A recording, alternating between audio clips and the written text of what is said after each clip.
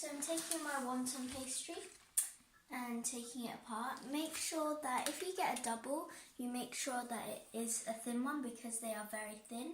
Some people take two and that's quite bad because it doesn't cook very well. The meat inside doesn't cook.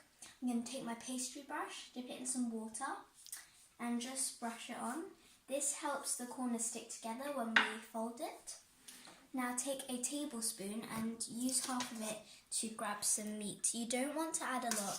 You'll think this is a very small portion, but it will overflow and it won't cook properly when you boil it. And you just have to scrunch it up, take the corners up, and then scrunch it into like a money bag. Sorry. And take the dome bit and kind of squish this bit. Don't go too hard because it will rip. It's like a octopus jellyfish face. And yeah, that's the money bag wonton.